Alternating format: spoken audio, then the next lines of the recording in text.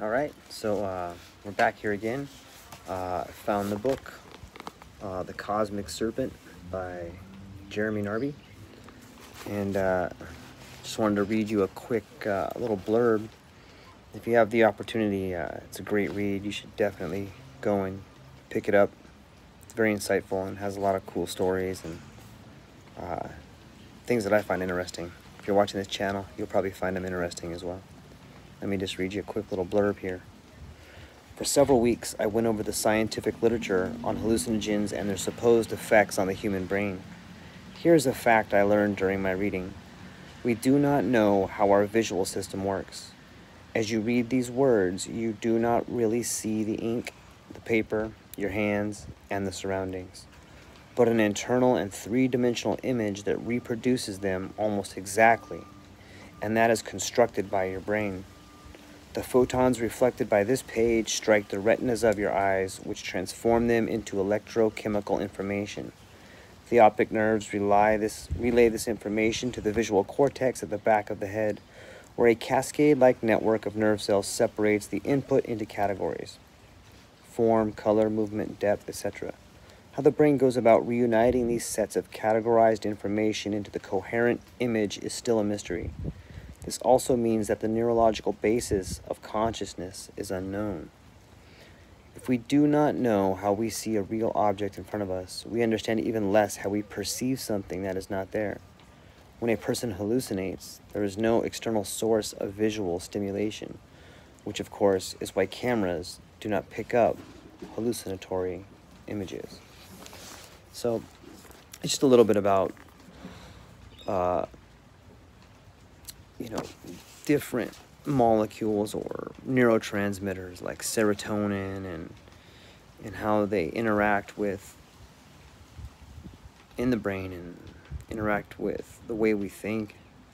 The reason I'm bringing this up is in my previous video we were talking about language, and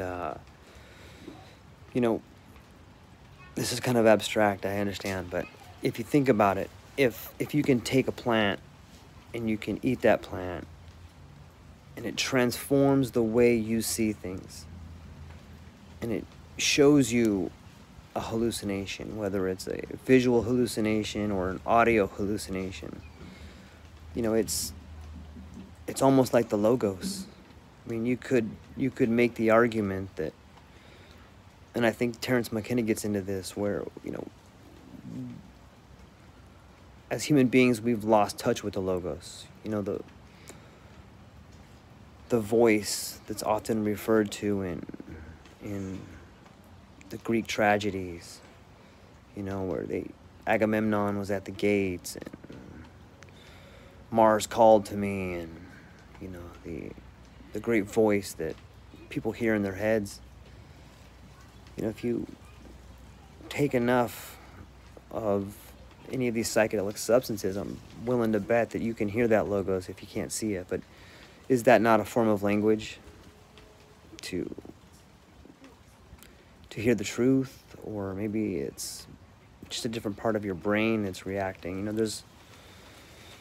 just fascinates me to think about language and the evolution of language and how these plants can replicate almost perfectly neurotransmitters that are in our brains. I like to think, and I could be wrong about this, but I like to think that if you ingest some of these potential psychedelic plants, that you're learning from those plants, and that harkens back to the rainforest and learning from the plants and learning from the earth. And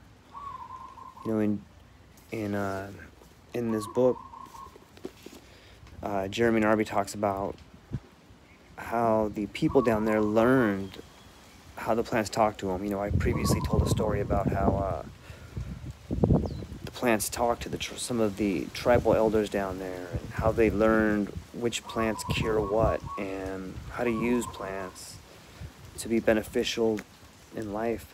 And when he asked some of the elders that, they said, "Oh, well, it's because the plant spirits talk to us, and when we consume these plants, we learn, we hallucinate, and we see the truth. We see the plants we should be picking. It's just a fascinating idea of how things can be,